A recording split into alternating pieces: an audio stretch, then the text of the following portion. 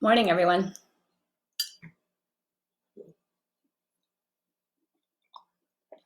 I'm just waiting for some of you to join. I'm here live on Instagram and Facebook. So wave at me when you show up this beautiful Friday morning, okay?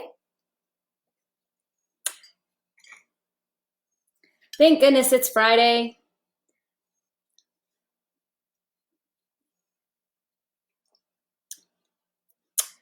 Those over there on Facebook, I lost a connection with Instagram, so I'm going to wait a second.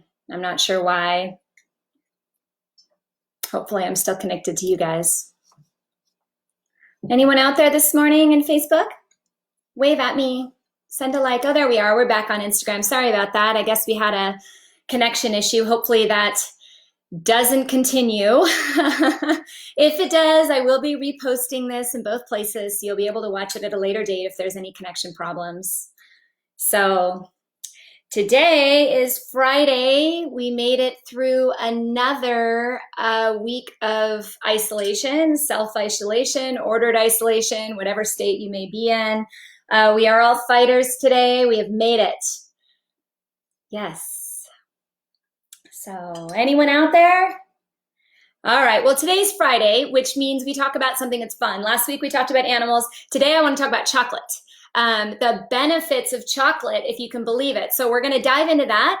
And for those of you just joining me, I am Dr. Trisha Pingel, and this is your morning checkup.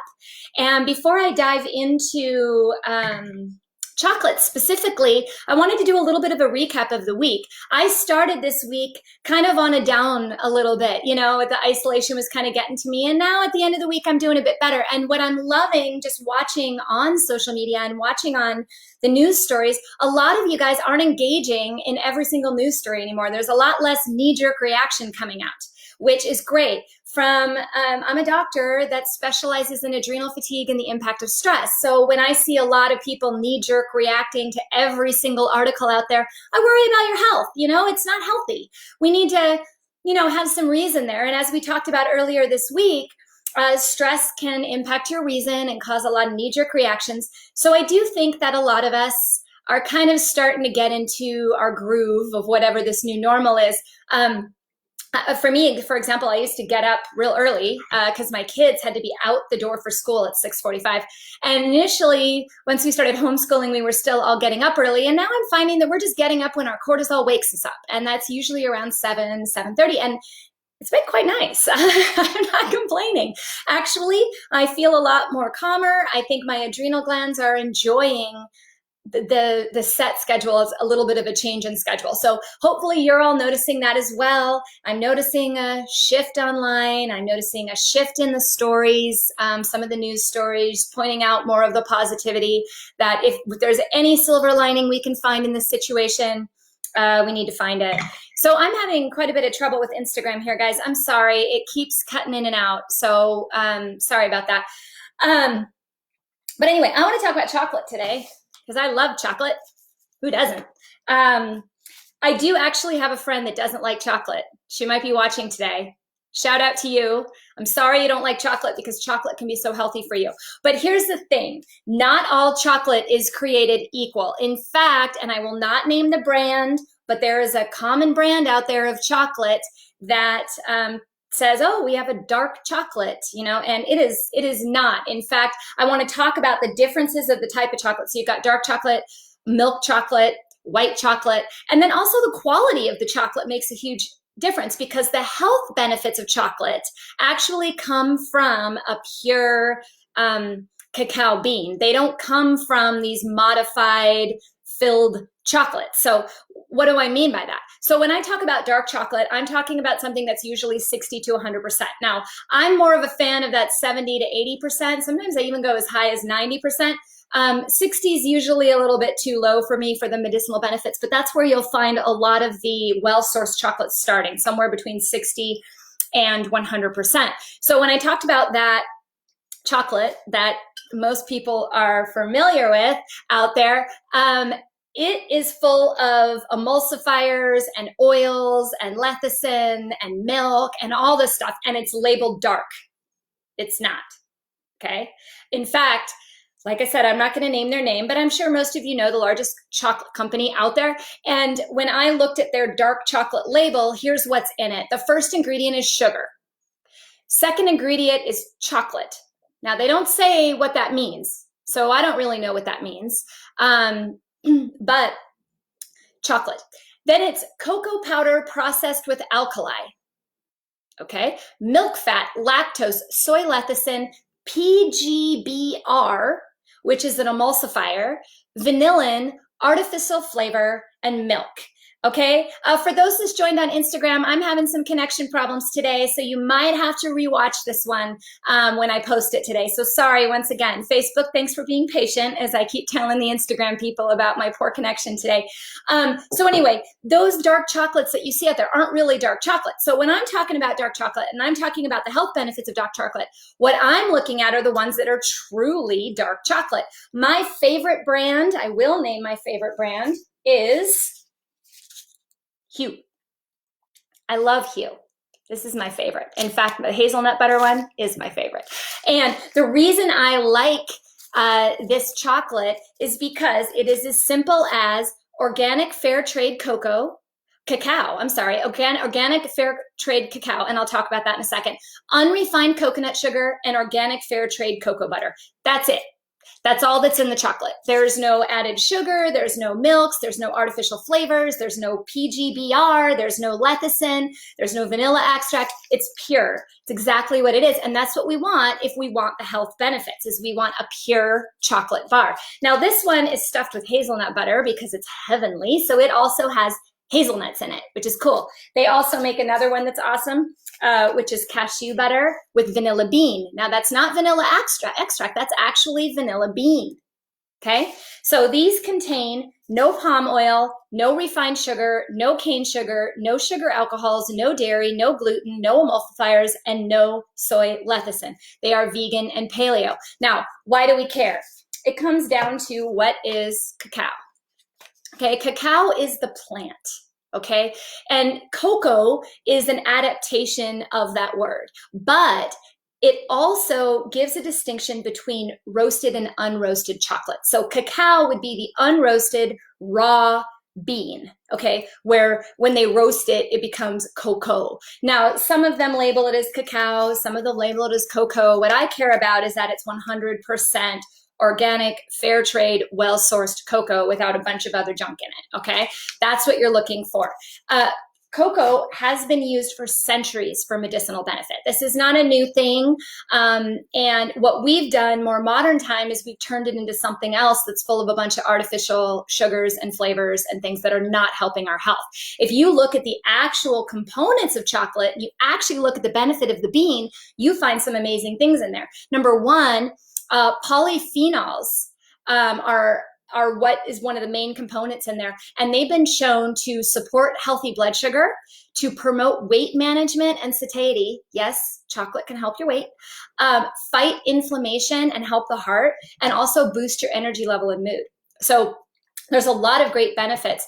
And I'm telling you, there's a lot of studies on this. I'm not just throwing this out there. There are a ton of studies on this. So in regards to diabetes, which, by the way, folks, is a huge epidemic in our country. It is just growing and is predicted to continue to grow as we move forward.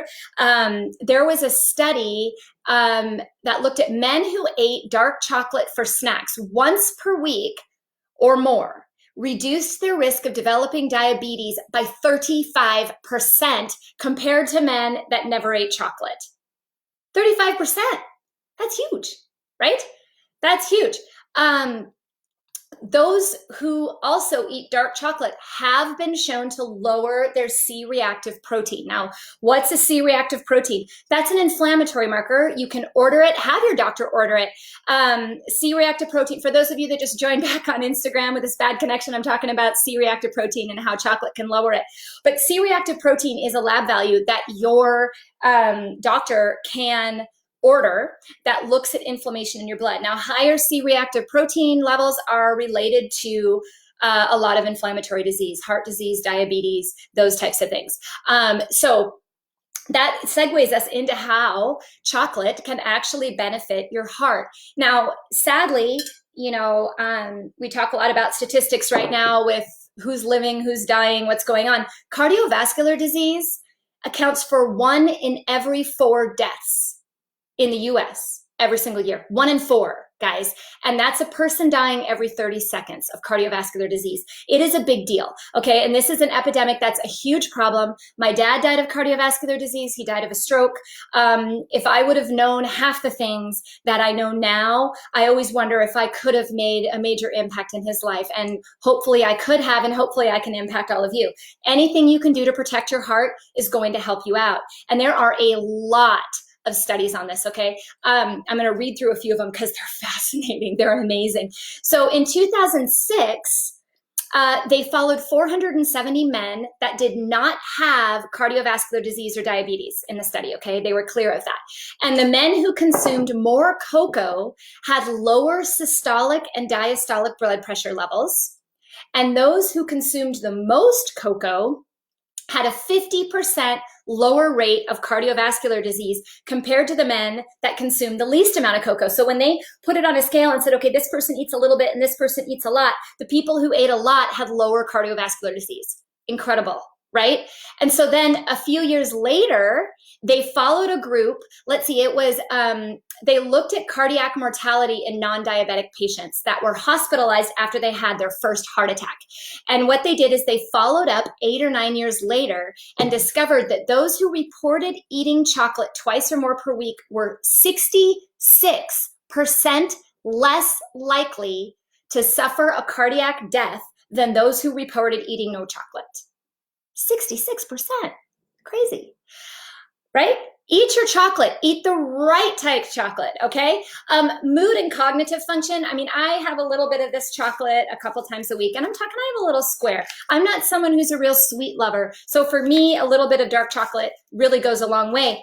But obviously, eating something sweet, a little treat, often there's a little bit of a mood boost to that. But I'm talking about more than that. They've actually done studies that have proven positive impact on memory function in those who consume higher levels of cocoa. Okay. They also compared this to white chocolate and found that dark chocolate's the true winner. Okay. So white chocolate doesn't count. It also decreases stress and your mood. Now, I'm an adrenal fatigue doctor. My specialty is how stress impacts your body. Okay. So anything that we can do to lower stress is cool with me. And if it involves eating yummy vegan raw chocolate, even better. But they did look that in the elderly, they would compare the sweet treats that the elderly people would lean towards, and those that preferred chocolate rather than other types of sweets actually had better health, better optimism, and better mental well-being. Okay. They also looked at the metabolic impact of dark chocolate in 30 people over 2 weeks. And the researchers found that dark chocolate had significant effects on the people who reported higher anxiety at the beginning of the week. So they came in, they were pretty anxious, they were given chocolate. And at the end of this study, they found that those individuals had reduced cortisol levels.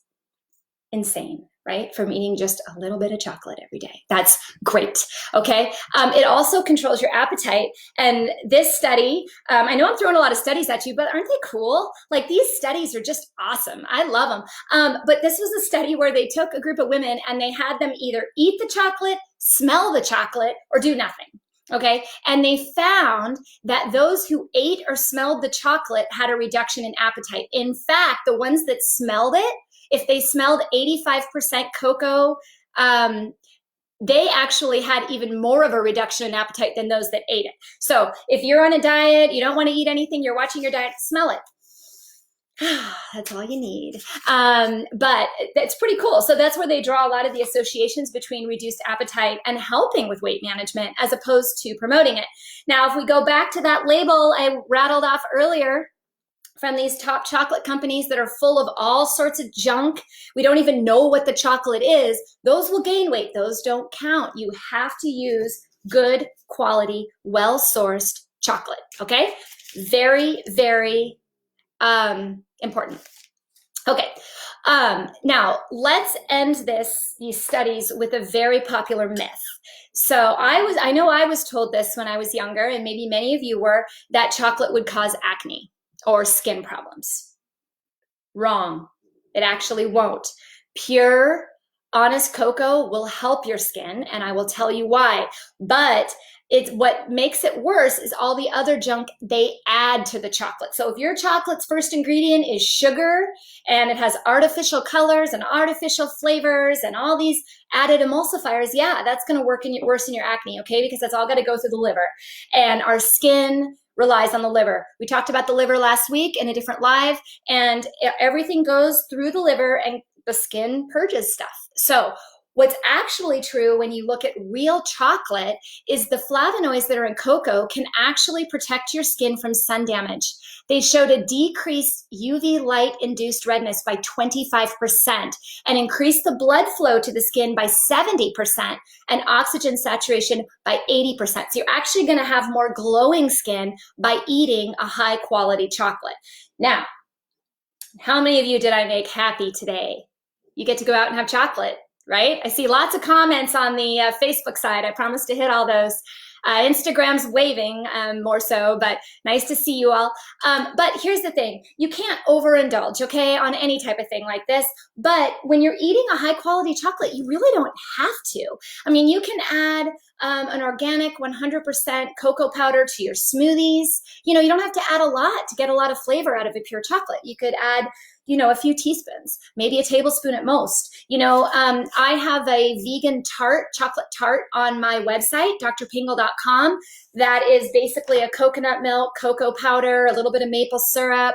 And you can make pudding out of it or tart out of it, and you also get the chocolate benefits. You could get a small bar, just like I do. Like I said, my favorite is Hugh. Shout out to Hugh. And I just eat one little square of this a few times a week, and I savor it because it is absolutely heaven. So savor the chocolate. Santa brings chocolate to me every year in my stocking, and it lasts me a while, but I love it and I feel satisfied with it. I don't feel like I have to overeat it. So if you're someone that really likes chocolate, try using a high quality, organic, fair trade, even raw, if possible, cacao into some of your favorite little desserts, and you can get some more health benefits out of it, but don't overeat, okay? So hopefully you guys learned something today. I hear my little dog Pig over there snorting. She wants me to remind you that dogs cannot eat chocolate. Poor Pig. You can probably hear her snoring in the background. It is Friday.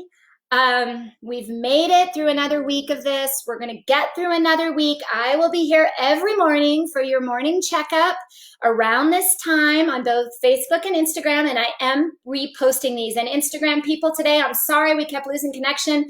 I will post the Facebook version on my feed today so that you can get a full account of everything. If this was helpful to you, please like, share, like this, share this, comment on it. Let's spread the word. We've talked about some awesome things this week.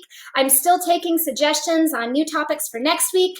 I want you guys to have a fabulous weekend. Share this, spread the word, and definitely order some chocolate, right? Work that into your routine. Remember to get outside today, okay? It's Good Friday. Let's make it good. I'm, a little bit bummed I can't do my usual Easter feast this weekend where I have people over and make them brunch and socialize, but that's okay. We're going to all get through this. So hang in there, stay positive, have a fantastic weekend, and I will see you all on Monday right around this time. Thank you so much for following. Have a great day.